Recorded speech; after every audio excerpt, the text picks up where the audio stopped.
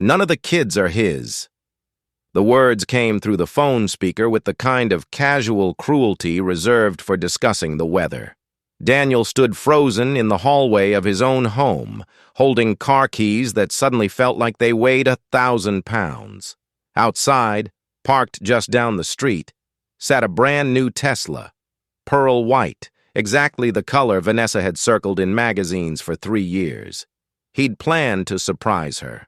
Walk through the door with the keys dangling from his finger, watch her face light up the way it used to when they were young and broke and happy. Instead, he heard his wife laugh. Not the polite laugh she used at charity dinners. Not the tired laugh she gave when the kids spilled juice on the carpet. This was different, relaxed, real. The kind of laugh you save for people you trust completely. I know, Vanessa said, her voice drifting down from the bedroom. But Raymond, we've waited 12 years. 12. I can wait another few months. Daniel's hand found the wall. The keys slipped from his fingers and hit the hardwood floor with a crack that should have echoed through the house. But she didn't hear it. She was too busy planning his destruction. The lawyer says if I file in March, the settlement clears before summer. And yes, all of it. The company, the accounts, the house. California law, baby. I married him when he had nothing. I'm entitled to half of everything he built. A pause. Daniel could hear his own heartbeat in his ears. Of course I feel bad for the kids, but they'll adjust. Children always do. And honestly, it'll be easier once he's not around playing dad anymore. Ethan's already starting to look like you. Someone's going to notice eventually. The Tesla keys were still on the floor. Daniel bent down, picked them up, and walked back outside. He got in the car that was supposed to be a gift, started the engine, drove it to his office parking garage, and sat there for 2 hours, watching the concrete pillars and trying to remember how to breathe. If you've ever trusted someone completely, drop a comment. Because what happened next changed everything. The thing about betrayal is that it doesn't announce itself. It doesn't knock on your door with a warning label. It lives in your house, eats breakfast with you, kisses you goodnight while planning your funeral. Daniel had met Vanessa when he was 24 and stupid with ambition. She was a nursing student with dark hair and a smile that made him believe in the kind of love songs he used to mock. He was 2 years into building his first software company, basically running code in a studio apartment that smelled like instant ramen and broken dreams. She'd sit on his second-hand couch, feet tucked under her, telling him she believed in him while he pitched ideas that sounded insane even to his own ears. They got married when he was 26. Small wedding. Her family, his mom, and 40 people from the tech incubator where he was barely staying afloat. Vanessa wore a dress she'd bought on sale. He wore a suit borrowed from his best man. They honeymooned in Monterey for 3 days because that's all he could afford. She told him she wanted children right away. He wanted to wait until the company was stable, until they had health insurance that didn't come with a prayer and a payment plan. But Vanessa had this way of making her disappointment feel like a physical presence in the room. So they tried, and tried, and tried. After 18 months of negative pregnancy tests, Vanessa came home with paperwork from a fertility clinic.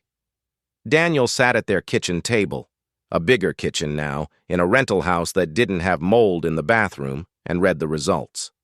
The specialist's signature at the bottom, the clinical language that translated to one brutal truth. He was infertile, low motility, genetic factors. Essentially no chance of biological children without aggressive intervention that would cost more than he'd made in the last 2 years combined. Vanessa cried. He held her. She said it didn't matter, that they could adopt, that she loved him anyway. He believed her. Looking back now, sitting in that parking garage with the ghost of a gift he'd never give, Daniel wondered how much of it had been performance.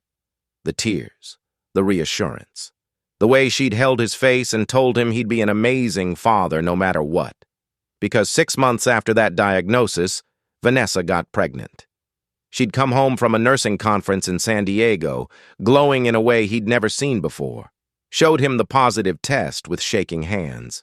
He'd been so shocked, so grateful, so convinced that miracles were real that he never questioned it. The doctor, Vanessa's doctor, a colleague from her hospital, confirmed the pregnancy. Said sometimes these things happened. Medicine wasn't perfect. Bodies surprised you. Ethan was born 9 months later, perfect, healthy. A boy with Vanessa's dark hair and eyes that didn't quite match either of them. Daniel had been 31 when he became a father. The company was starting to gain traction, real traction. He'd landed his first major contract, a data security system for a chain of medical facilities. The money wasn't life-changing yet, but it was close. Close enough to buy a real house. Close enough to hire a nanny so Vanessa could finish her degree. Close enough to stop noticing that his wife had started looking at him differently. 3 years later came Lily. Another impossible pregnancy. Another miracle. By then, Daniel was too busy building an empire to ask questions. The company had gone from 1 major contract to 12. From 12 to 40. From 40 to a buyout offer that made his lawyer spit out coffee during the negotiation call. He turned down the buyout, built bigger instead, went public, watched his net worth climb from comfortable to stupid to the kind of money that made strangers ask for photos in airports.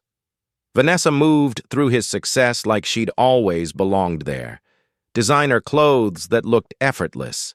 Charity galas where she knew everyone's name. A smile for the cameras that magazines called radiant and gracious. She was perfect, the perfect wife, the perfect mother, the perfect partner to a man who'd built a tech empire from nothing, except she wasn't his partner. She was an investor, and she'd been waiting 12 years for her payout. Daniel drove home from the garage 3 hours after he'd left. The Tesla stayed parked on level B4, space 17. He walked through his front door and Vanessa was in the kitchen making dinner. Pasta. The kids were at the table doing homework. Ethan, 11 now, tall for his age, was struggling with long division. Lily, 8, with her mother's cheekbones and someone else's smile, was drawing horses in the margins of her spelling worksheet. "Hey, you're home late," Vanessa said without looking up from the stove. "Traffic?" "Yeah, traffic." She glanced at him then. Something flickered across her face. Concern, maybe. Or calculation. "You okay? You look tired." "Just a long day." Ethan looked up. "Dad, can you help me with this? I don't get what the remainder is supposed to mean." Daniel sat down next to his son. Except Ethan wasn't his son, was he? That was the thing he couldn't stop thinking about.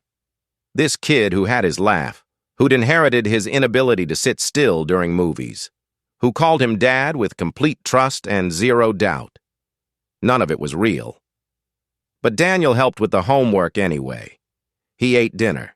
He listened to Lily explain her drawing in excruciating detail.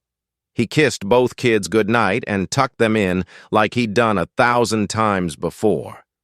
Then he went to his office, locked the door, and started digging. The first thing he found was buried in a box in the garage. Old medical files from Vanessa's nursing school days. He wasn't supposed to have them.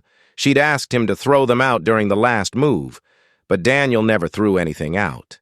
It was a habit from growing up poor. You kept everything because you never knew when you might need it. Tucked between immunization records and clinical rotation schedules was a photocopy of the fertility report. The one that had told him he couldn't have children, the one with the specialist's signature at the bottom.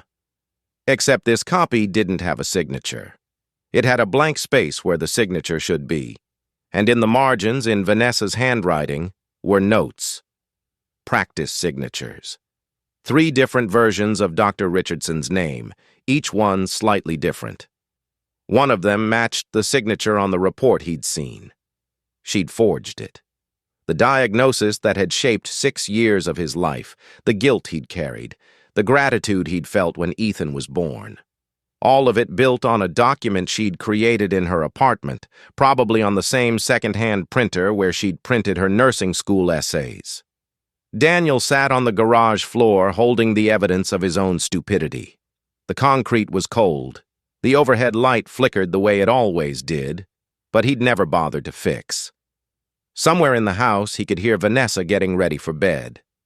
Running water, opening drawers, the small sounds of a life that had never been what he thought it was. He didn't confront her that night, or the next night, or the night after that. Instead, he became a student of his own life. He hired a private investigator, not the divorce kind, the forensic kind. The kind who specialized in financial fraud and identity verification. He pulled medical records from Ethan and Lily's pediatrician. He requested billing statements from every doctor's visit, every hospital stay, every vaccination appointment. And slowly, methodically, without telling anyone, he built a case against the woman he'd loved for 12 years. The DNA test came back on a Tuesday. Daniel was in his office, the real one, downtown, 43rd floor, with views of the bay that still sometimes made him stop and stare. His assistant brought in the envelope, unmarked, private courier, the kind of delivery that didn't get logged in the official mail system. He opened it alone. Ethan, 0% probability of paternity. Lily, 0% probability of paternity. The numbers were clean, clinical, completely certain. He'd submitted his own DNA along with samples from both kids, easy enough to collect from toothbrushes and hairbrushes when you lived in the same house. The lab had even included a note about the results being definitive. No room for error, no chance of contamination. His children weren't his children.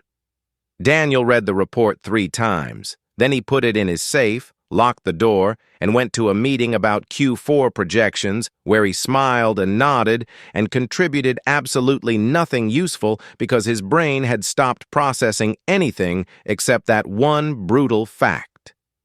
That night, Vanessa asked him about vacation plans. Spring break was coming up. Lily wanted to go to Disney World. Ethan wanted to go skiing. What did Daniel think? He said Disney World sounded great. She kissed his cheek and went back to scrolling through her phone.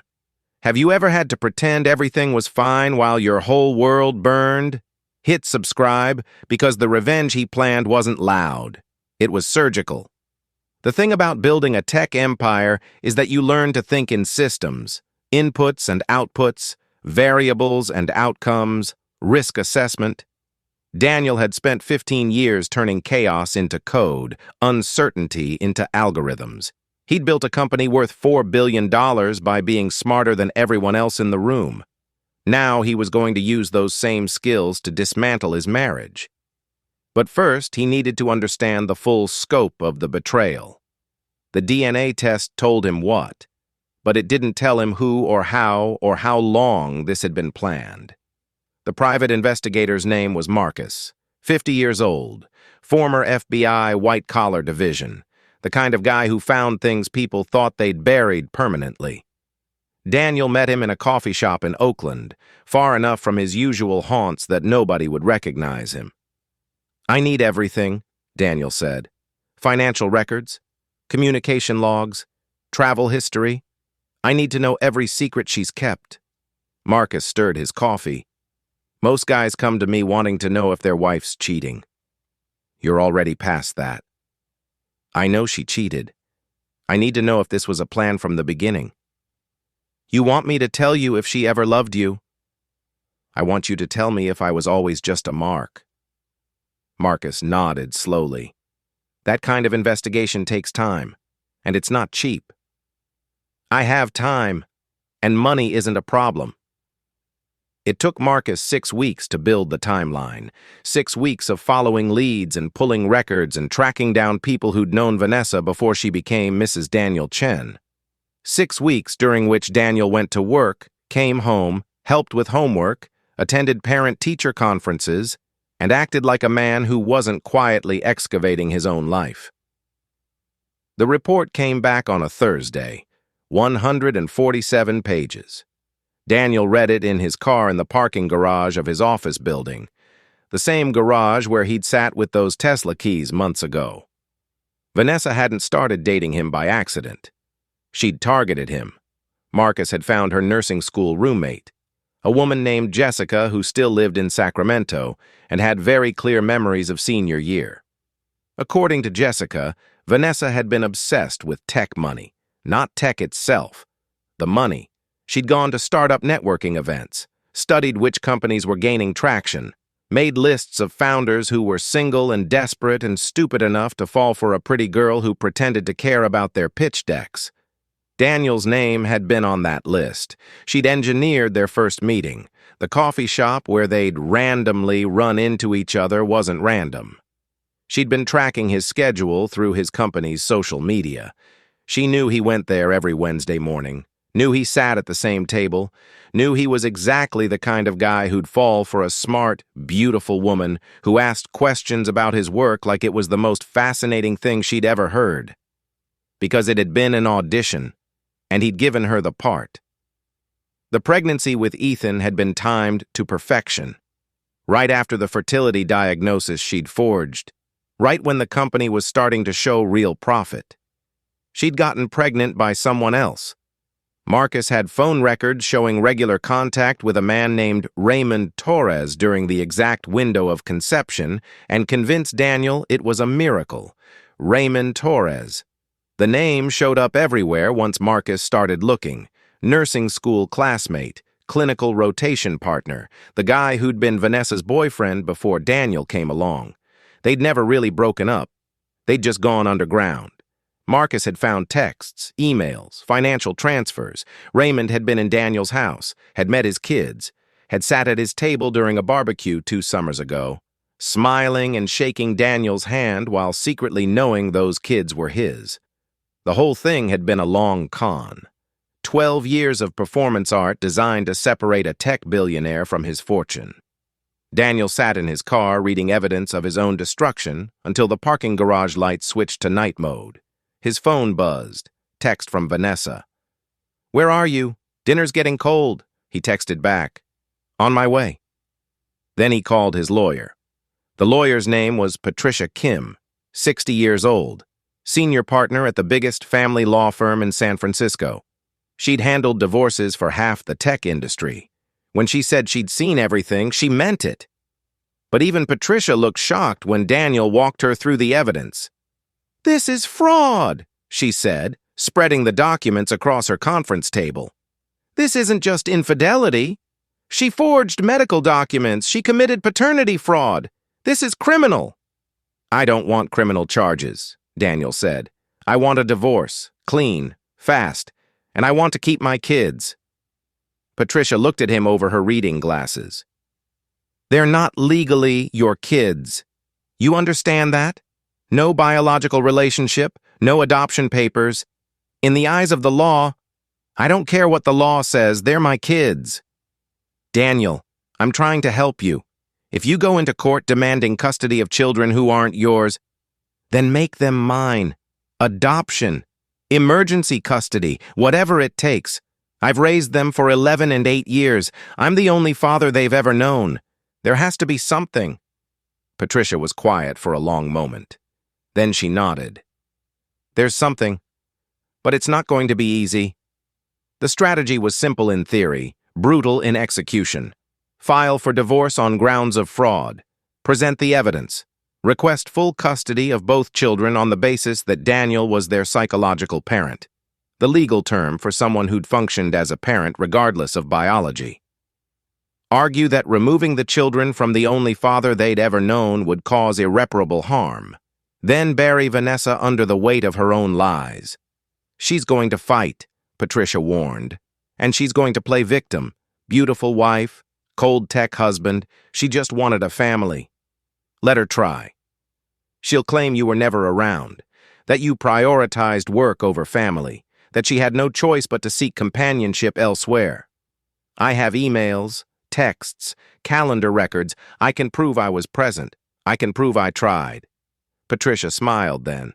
Not a happy smile, a predator's smile. "Then let's end her.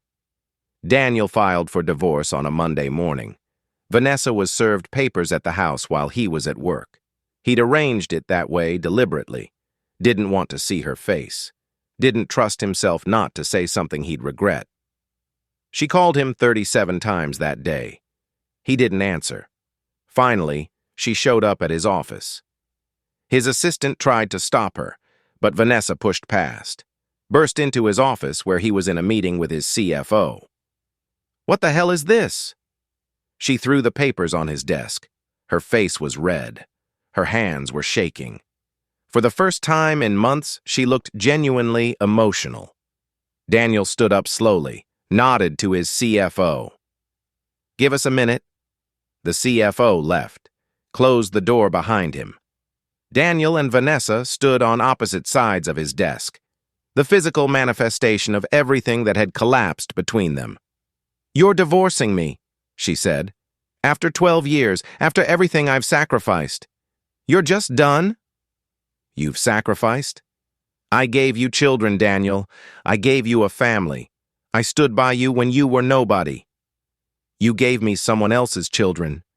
You stood by me because I was about to be somebody." The color drained from her face. "What are you talking about?" Daniel picked up a folder from his desk, opened it, started pulling out pages. Forged fertility report, DNA test results, phone records showing contact with Raymond Torres, financial transfers, timeline of your relationship with him, including the months you got pregnant with both Ethan and Lily. He laid each piece of evidence on the desk like cards in a game she'd already lost. "Should I keep going?" Vanessa grabbed the edge of the desk. For a second, Daniel thought she might faint. Then something changed in her expression. The shock disappeared. What replaced it was colder, sharper. "You can't prove any of this." "I can prove all of it. I have witnesses. I have documents. I have DNA. DNA doesn't matter. California is a community property state. I'm entitled to half of everything you built during our marriage. You're entitled to nothing. The company was placed in a blind trust 7 years ago, protected by clauses that revert ownership in cases of fraud. You never read the paperwork you signed, never bothered to understand what you were entitled to." Now she looked scared. "There's a clause," Daniel continued, "that specifically addresses cases where marital property was obtained through deception. If I can prove fraud, and I can, you get nothing. Not the house, not the money, not even your car. You can't do this. I have lawyers. I have rights. Your rights ended the moment you forged that medical document. That's a felony, Vanessa. So is paternity fraud. So is financial fraud. I could have you arrested right now. The only reason I haven't is because I don't want Ethan and Lily to watch their mother get handcuffed on the evening news." She stumbled backward, hit the wall, slid down until she was sitting on the floor of his office, expensive dress crumpled, perfect composure shattered. "The kids," she whispered. "You can't take the kids." "Watch me. If you think this is where the story ends, stay with me. Because what happened in that courtroom 6 months later broke the internet. The divorce proceedings moved faster than anyone expected, partially because Daniel had unlimited resources to throw at the legal process, partially because Patricia Kim was a shark in expensive heels, but mostly because Vanessa's own lies kept tripping her up. She'd hired her own lawyer, a guy named David Martinez, who specialized in high-asset divorces and had a reputation for aggressive tactics. He started exactly the way Patricia predicted, painting Daniel as the cold tech billionaire who'd abandoned his family for his company, who'd left his wife lonely and desperate, who'd forgotten what it meant to be a husband and father. It might have worked if Vanessa had kept her story straight. But at her first deposition, she claimed Daniel was never home. Said he'd missed birthdays, anniversaries, school events. Patricia pulled out calendars, emails, photos time-stamped and geotagged. Daniel at Ethan's soccer games, Daniel at Lily's ballet recitals, Daniel taking the whole family to Hawaii for Christmas. Daniel at every parent-teacher conference for 6 consecutive years. Vanessa's lawyer tried to recover, said she was misremembering, said the emotional trauma of the divorce was affecting her recall.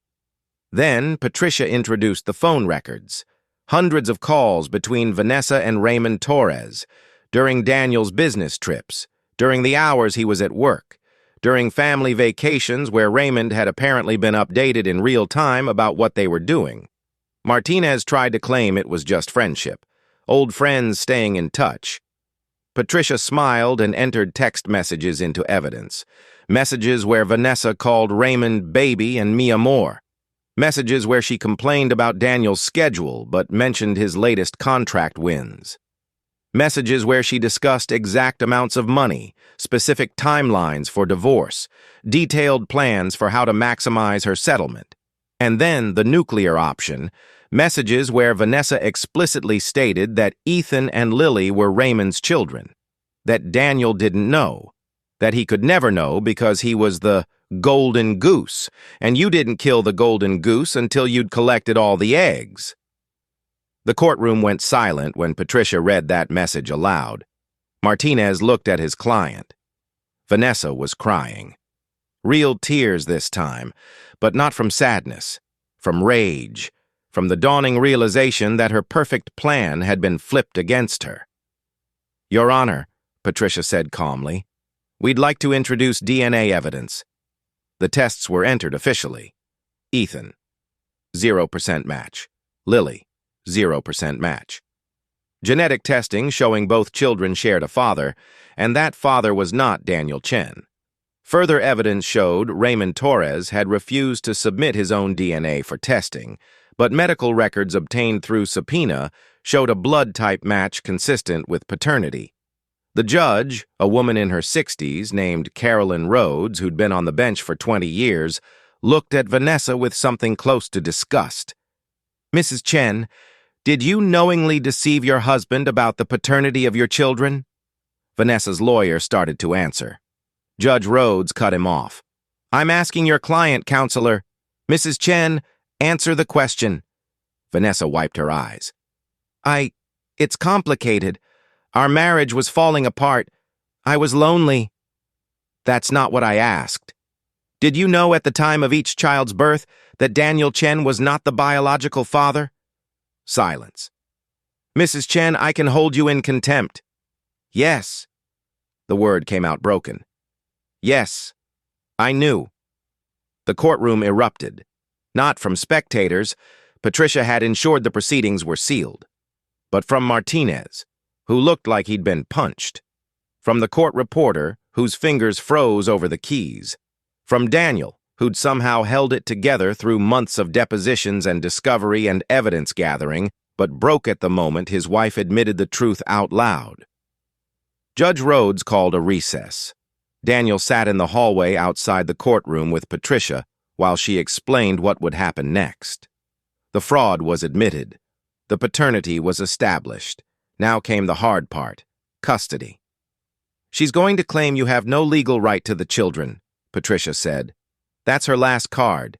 She'll say you're not the father, you have no biological claim, and she's the natural parent." Can she win? In California? Probably not. You've acted as their father for their entire lives. You're named on the birth certificates. You've provided financial support. The psychological parent doctrine is strong here. Probably not, isn't definitely not. Patricia put her hand on his shoulder. "Daniel, I'm going to ask you something, and I need you to think before you answer. If the judge rules against you, if she gives primary custody to Vanessa, will you be okay?" "No." "Then we prepare for war." The custody hearing happened 3 weeks later. Different courtroom, same judge. This time Vanessa's strategy was clear. She was the mother. Biology mattered. Raymond Torres had rights as the biological father. Daniel was just the man who'd been deceived. Martinez brought in Raymond to testify. Raymond Torres was 39, athletic build, charming smile, the kind of guy who probably did well at bars and badly at life. He wore a suit that didn't quite fit, and answered questions like he'd practiced in front of a mirror. Yes, he was the biological father. Yes, he'd been in a relationship with Vanessa throughout her marriage. Yes, he wanted to be part of his children's lives now that the truth was out. Patricia cross-examined him like she was conducting surgery. "Mr. Torres, you've known about your children for 11 and 8 years respectively, correct?" "Yes." "And in that time, how much child support have you provided?" "Well, I didn't know I was legally allowed."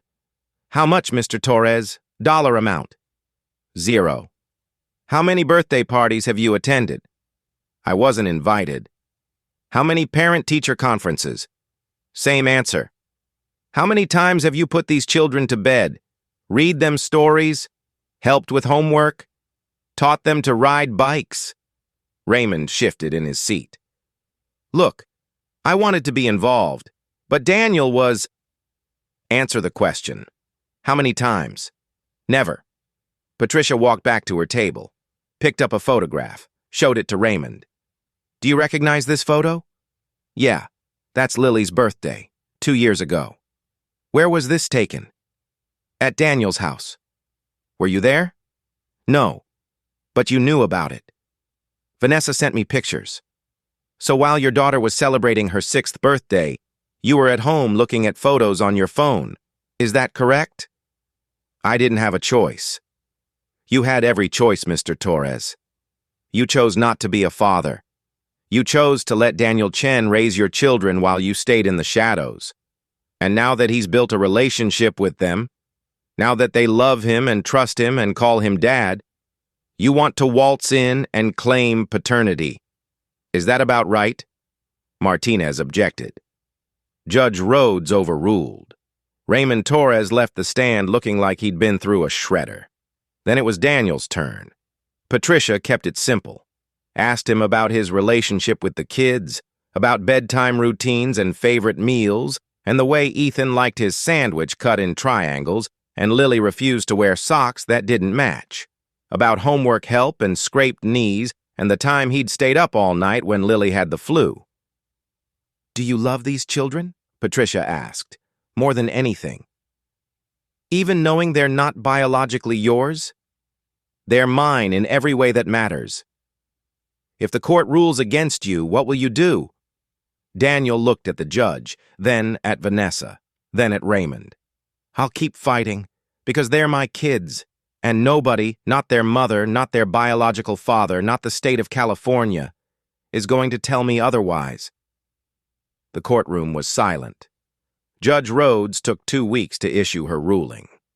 Daniel spent those 2 weeks in limbo. The kids were staying with him under temporary custody while the case was decided. Vanessa had supervised visitation twice a week. Raymond had requested visits but hadn't shown up to a single one. Ethan asked questions. Lily asked more. Daniel tried to explain in ways they'd understand. Mom and Dad were having problems. They were going to live in different houses. But nothing was going to change how much he loved them. Lily cried. Ethan got angry. Both of them asked if this was their fault. Daniel held them and told them the truth. Adults made mistakes, sometimes big ones. But kids were never to blame for what adults did. He didn't tell them about Raymond, didn't tell them about the DNA tests, didn't tell them that the man who'd raised them wasn't their biological father. Patricia had advised him to wait. Let the court decide first, then deal with the fallout. The ruling came on a Friday afternoon. Patricia called Daniel at his office. "We won." Daniel sat down. His legs had stopped working. "Say that again." "We won. Full legal custody to you. Vanessa gets supervised visitation pending completion of a psychological evaluation. Raymond's petition for paternity rights was denied on grounds of abandonment. You're their father, Daniel. Legally, officially, permanently. What about adoption? The judge is ordering it expedited. She's requiring Vanessa to consent as part of the custody agreement. You'll have finalized adoption papers within 60 days. Daniel couldn't speak. Patricia kept talking, explaining details about visitation schedules and therapy requirements and how this would all work going forward. But Daniel wasn't listening anymore. He was thinking about Ethan, about Lily, about the kids who'd been used as pawns in a game they didn't know they were playing. They were his now. Really his. Forever. "Daniel? Are you there?" "Yeah, I'm here." "There's something else. The judge ruled on the financial settlement." "And?" "Vanessa gets nothing. The fraud invalidated any claim to community property. The house, the cars, the accounts, all yours. She's being ordered to pay your legal fees. And the judge included language in the ruling about criminal fraud statutes. She's basically daring the DA to press charges." Daniel thought about that for a moment. Thought about Vanessa facing criminal prosecution. Thought about revenge and justice and the difference between the two. "Tell the judge I'm not interested in pressing charges. I just want to move forward."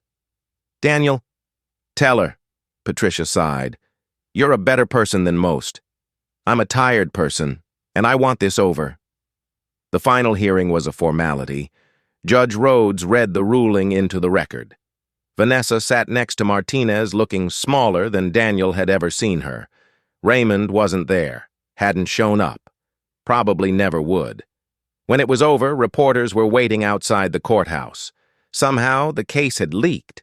Not the details, those were still sealed, but enough for people to know this was the big tech divorce everyone had been whispering about.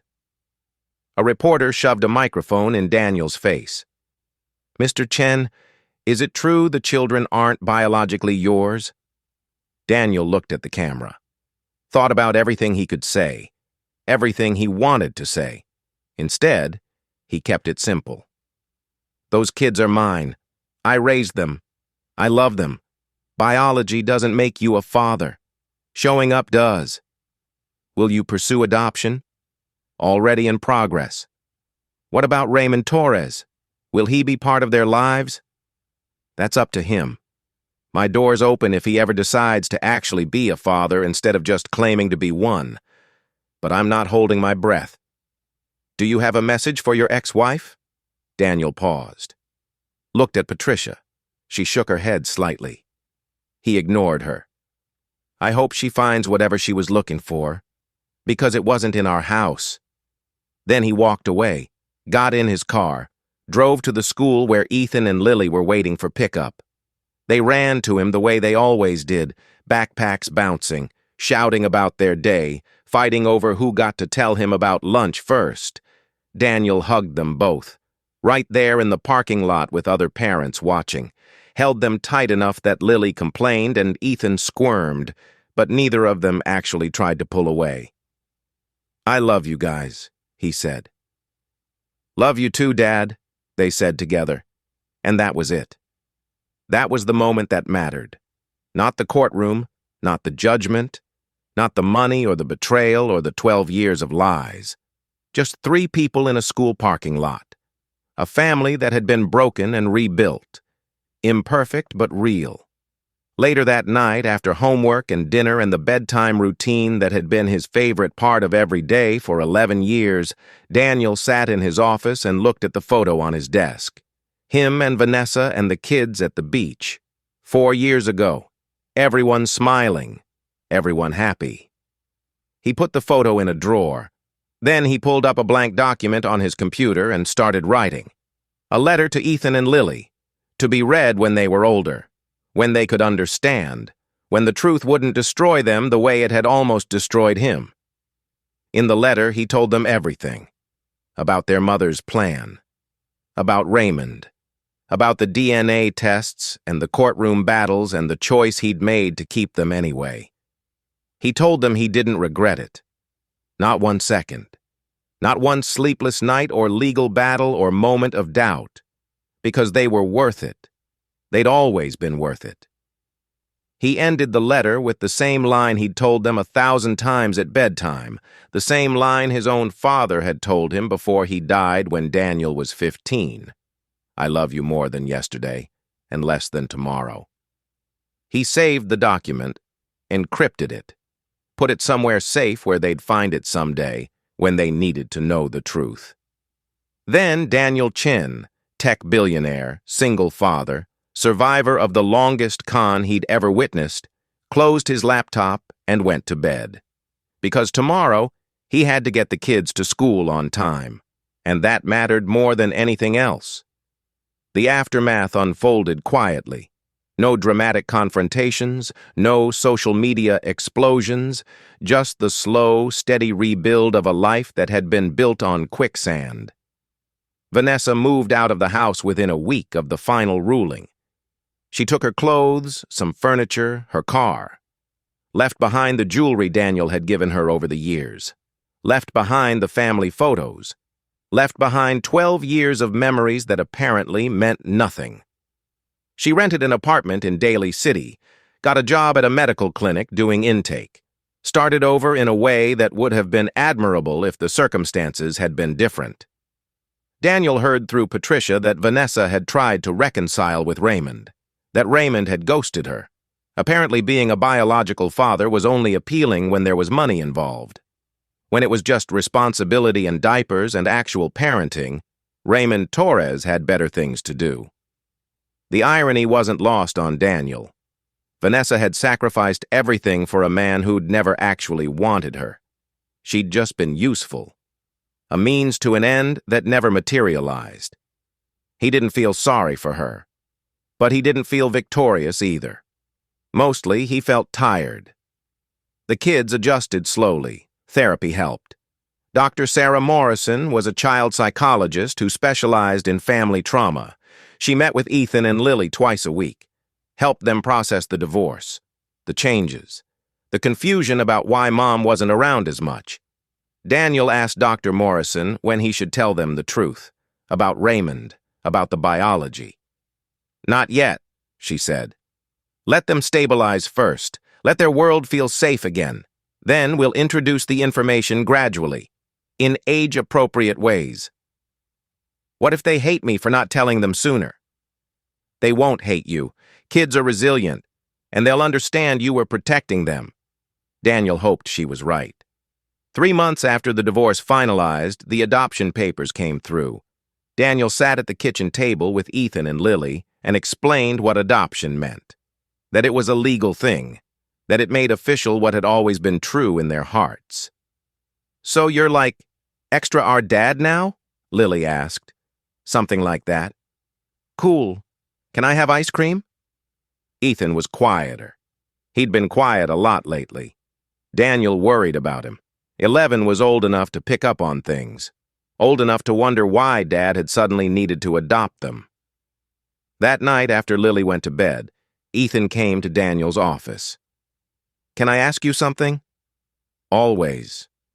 Are you my real dad?" Daniel's heart stopped. He'd known this conversation was coming, had practiced what he'd say. But now that the moment was here, all his prepared speeches felt hollow. "Come here." Daniel pulled out the chair next to his desk. Ethan sat down, looked small in a way he hadn't looked since he was 6. "What's a real dad?" Daniel asked. "I don't know. The dad who made you?" "You mean biologically?" Ethan nodded. Daniel took a breath. "No, I'm not your biological father. There's a man named Raymond who is. But biology is just genetics, Ethan. It's DNA. It's not the stuff that matters." "What stuff matters?" "Who shows up? Who teaches you to ride a bike? Who helps with your homework even when it's boring? Who sits with you when you're scared? Who loves you no matter what?" Ethan was quiet for a long moment. Then, "Does Lily know?" "Not yet. I wanted to talk to you first." "Does Mom know?" "Your mom's known the whole time." Something crossed Ethan's face. Understanding, maybe, or anger. Hard to tell. "Is that why you got divorced?" "That's part of it, yeah." "Did she lie about me?" This was the moment.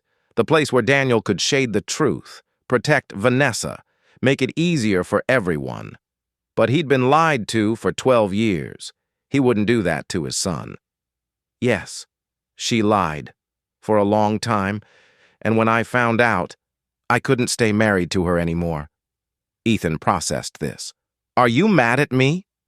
"Why would I be mad at you?" Because I'm not really yours. Daniel grabbed Ethan's shoulders, made him look up, made sure the kid could see his face. You listen to me.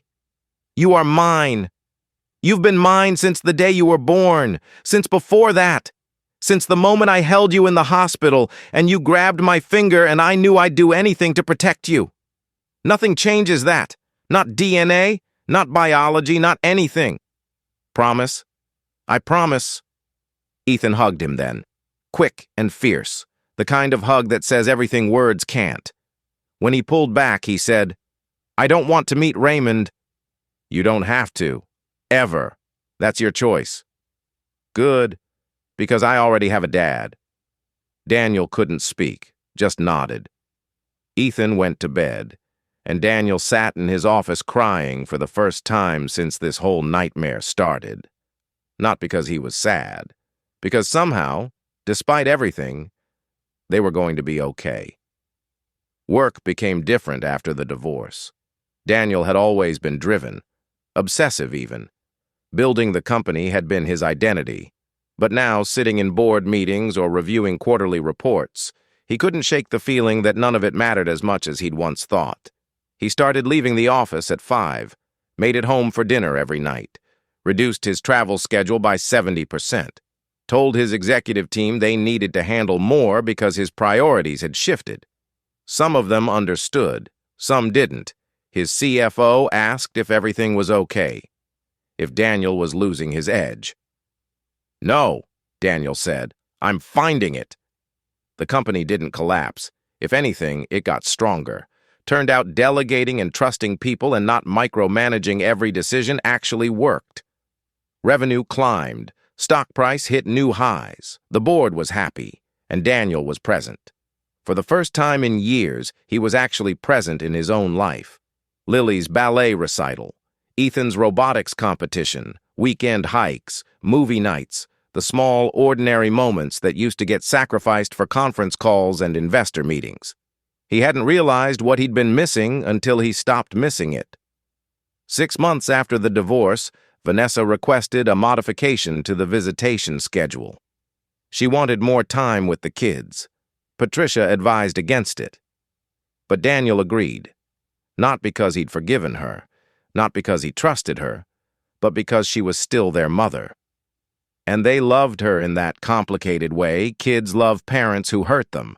The first few visits were supervised, then gradually unsupervised. Vanessa picked them up on Saturday mornings, brought them back Sunday evenings. The kids came home quiet at first, processing.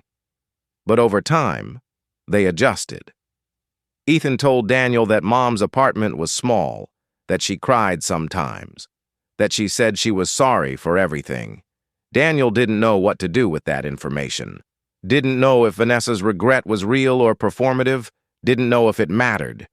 But he told Ethan it was okay to love both parents, that you could be hurt by someone and still care about them, that life was complicated and messy and rarely fit into neat categories of good and bad.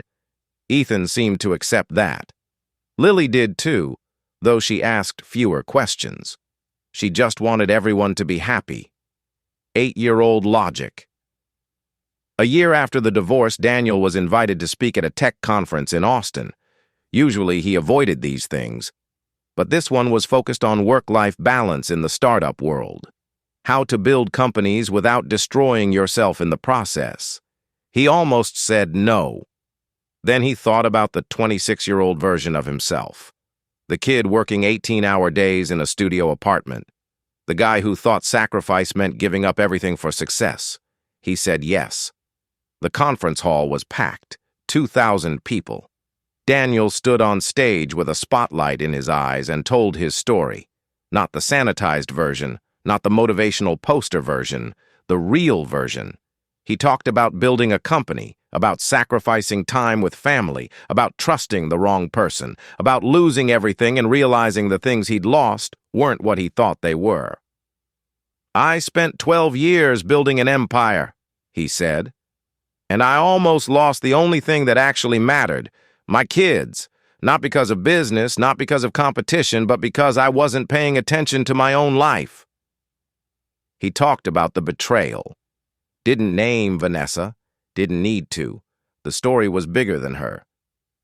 Someone close to me once said I was never around, that I chose work over family. And you know what?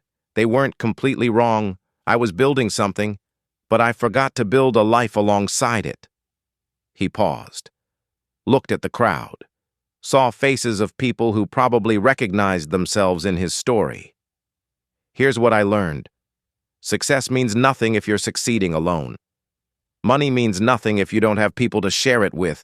And empire building means nothing if the empire is empty. The audience was silent. Daniel continued.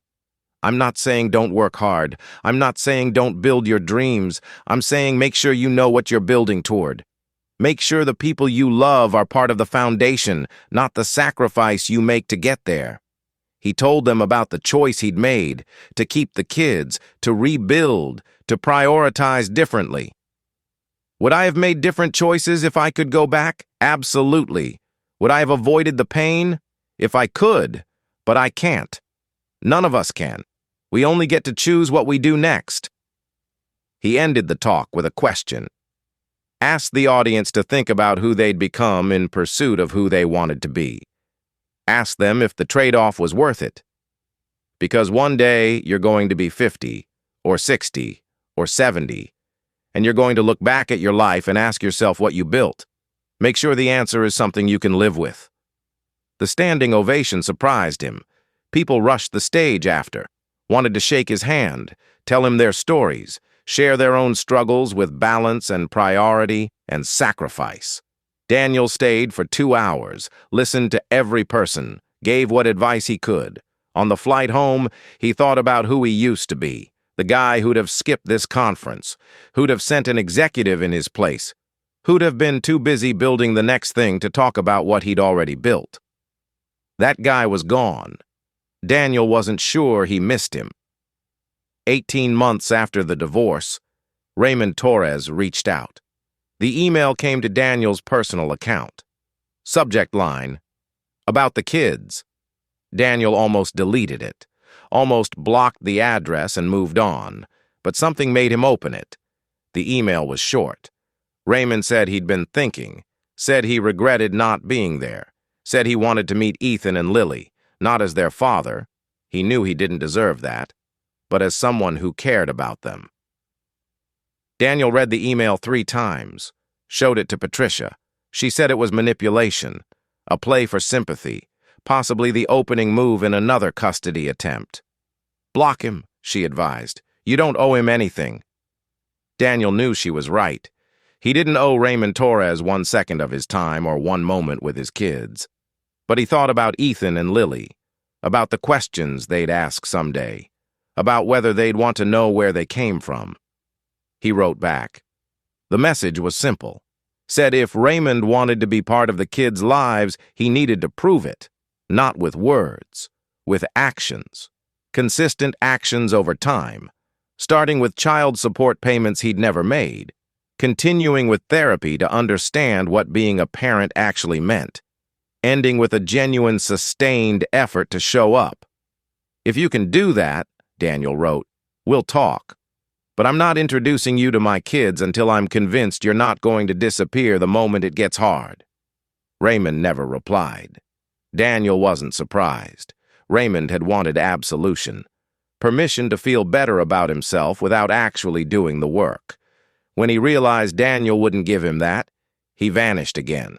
Some people were built for parenting, others weren't. Raymond Torres was the second kind. 2 years after the divorce, Lily asked about Raymond for the first time. They were driving home from soccer practice. Lily in the back seat, still wearing her cleats, covered in grass stains and joy. Dad, can I ask you something? Sure, sweetheart. Who's Raymond? Daniel's hands tightened on the steering wheel. Where did you hear that name? I heard you talking to Aunt Patricia once. You said something about Raymond and biology. Is he my real dad? So this was it, the moment he'd been preparing for. The conversation Dr. Morrison said would come eventually. Daniel pulled over, turned around to face his daughter. She looked so young, still a kid, but old enough for truth. Raymond is your biological father, and Ethan's, but that doesn't make him your dad. What's the difference? A biological father is the person whose DNA you share. A dad is the person who raises you, who loves you, who's there when you need him. Lily thought about this. So you're my dad. I'm your dad. What about Raymond? Is he a bad person? Daniel chose his words carefully. I don't think he's bad. I think he's not ready to be a parent. And that's not your fault. That's his choice. Does he know about me? He knows. Does he want to meet me? I don't know, Lily. Maybe someday. But right now, what matters is that you have people who love you.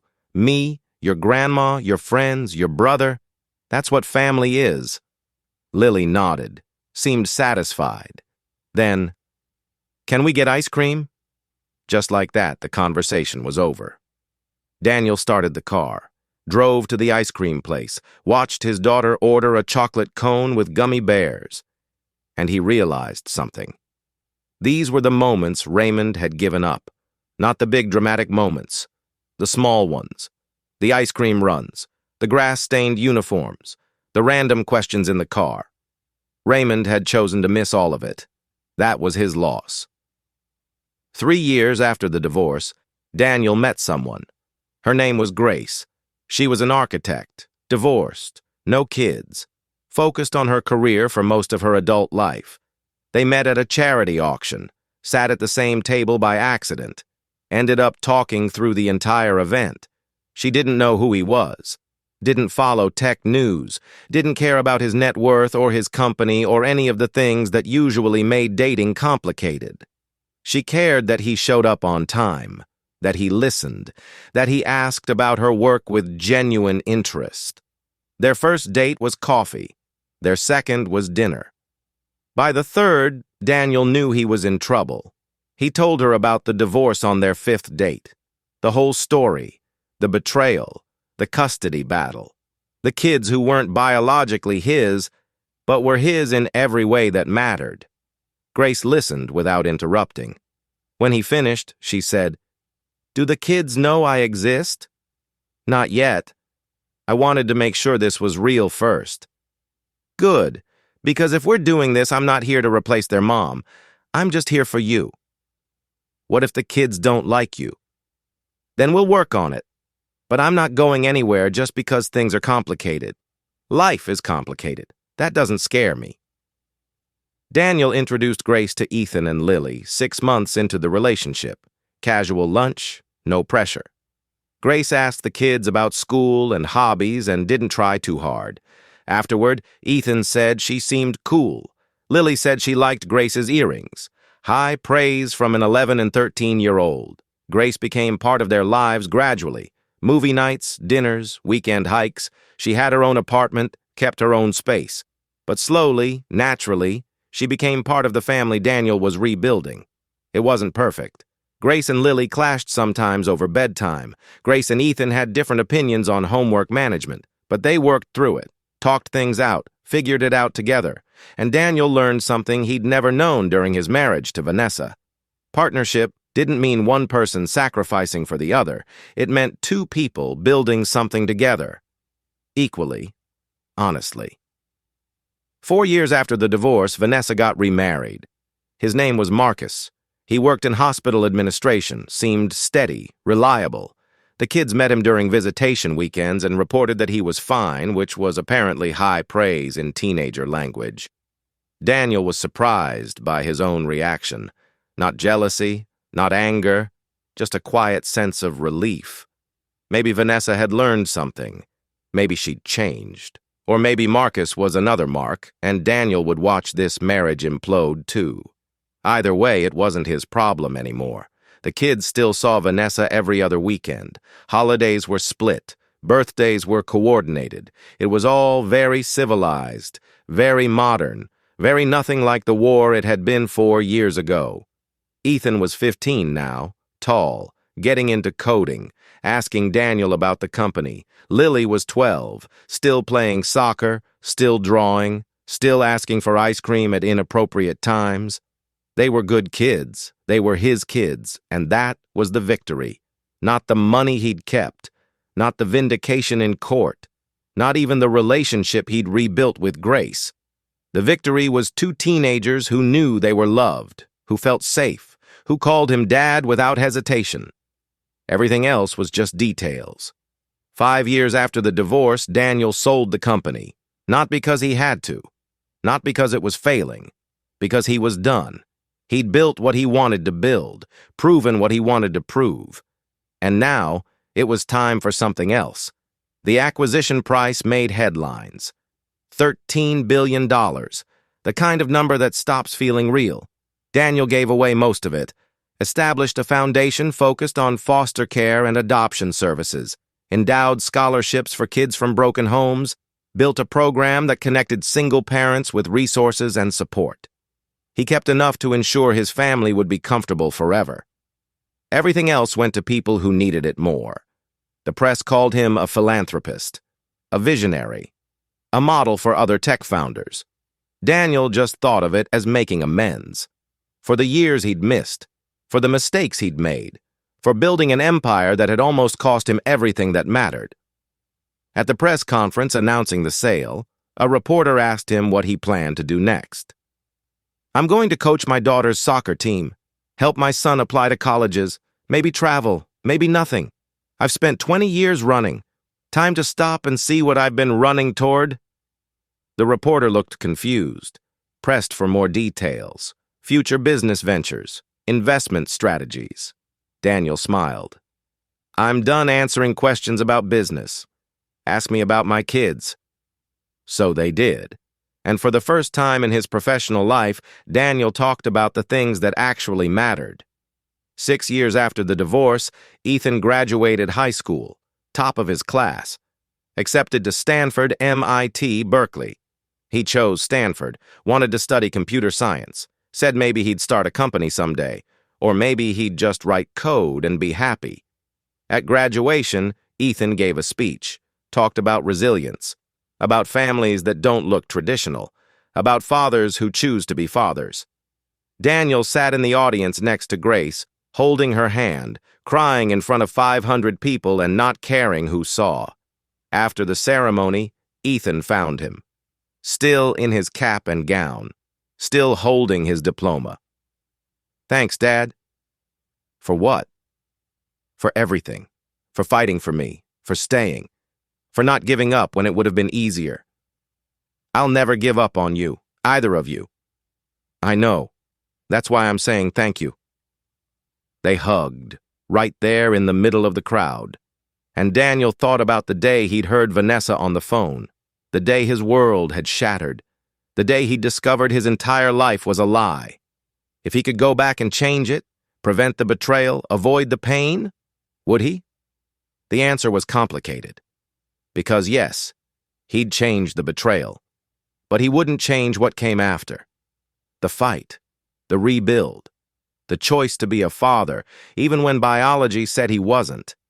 That choice had defined him more than any business success ever could. 10 years after the divorce, Daniel was sitting on a beach in Hawaii. Grace was next to him.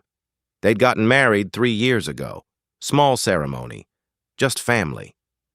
Ethan had walked Lily down the aisle when she served as flower girl, the two of them bickering the whole time in a way that made everyone laugh.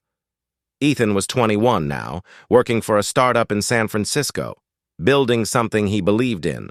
Lily was 18, starting college in the fall, undecided major, said she'd figure it out. Both kids were healthy, happy, adjusted. They'd been through therapy, had processed the trauma, knew the truth about their origins, and had made peace with it. Vanessa was still in their lives, still married to Marcus. She'd apologized to Daniel a few years back. He'd accepted. Not because he'd forgiven her, that was still complicated, but because holding on to anger was exhausting. Raymond had reached out once more, about 7 years after that first email, asked to meet the kids. Daniel had forwarded the request to Ethan and Lily, now old enough to decide for themselves. Both had declined, said they didn't need another parent. They were good. Raymond hadn't asked again, Daniel watched the sunset from his beach chair and thought about everything that had led him here. The success, the betrayal, the loss, the rebuild. All of it had shaped him, made him someone he barely recognized from that 26-year-old kid in the ramen-scented apartment. Grace squeezed his hand. "What are you thinking about?" "How lucky I am." "Took you long enough to realize it." Daniel laughed. She wasn't wrong. His phone buzzed. Text from Ethan. "Lily and I are grabbing dinner. Meet you back at the hotel at 9? Daniel texted back. "Sounds good. Have fun." Then he put the phone down. Watched the sun sink into the ocean. Listened to the waves. This was it. This was what he'd fought for. Not the money. Not the vindication. Not even justice. Just peace. Just family. Just the chance to be someone worth looking up to. And in the end, that was worth more than any empire he could have built. The story of Daniel Chen didn't end with revenge. It didn't end with victory in court or money in the bank or Vanessa getting what she deserved. It ended with a man on a beach, surrounded by people he loved, at peace with the choices he'd made. It ended with two kids who grew up knowing their father wasn't the man whose DNA they shared. He was the man who showed up, who fought for them, who chose them every single day. It ended with Daniel understanding that the best revenge wasn't destruction. It was building something better than what was taken from you. And sometimes the greatest victory is simply refusing to become the villain in your own story. So here's the question. If you discovered tomorrow that the life you built was based on a lie, would you burn it all down? Or would you find the pieces worth saving and rebuild around them? Drop your answer in the comments. Because this story might be Daniel's, but the lesson belongs to all of us. We're building something here, a collection of people who appreciate good stories like this. Every subscription moves us closer to a milestone of 1,000 subscribers. Your name on that subscriber list matters. Will you be on it when we hit the goal?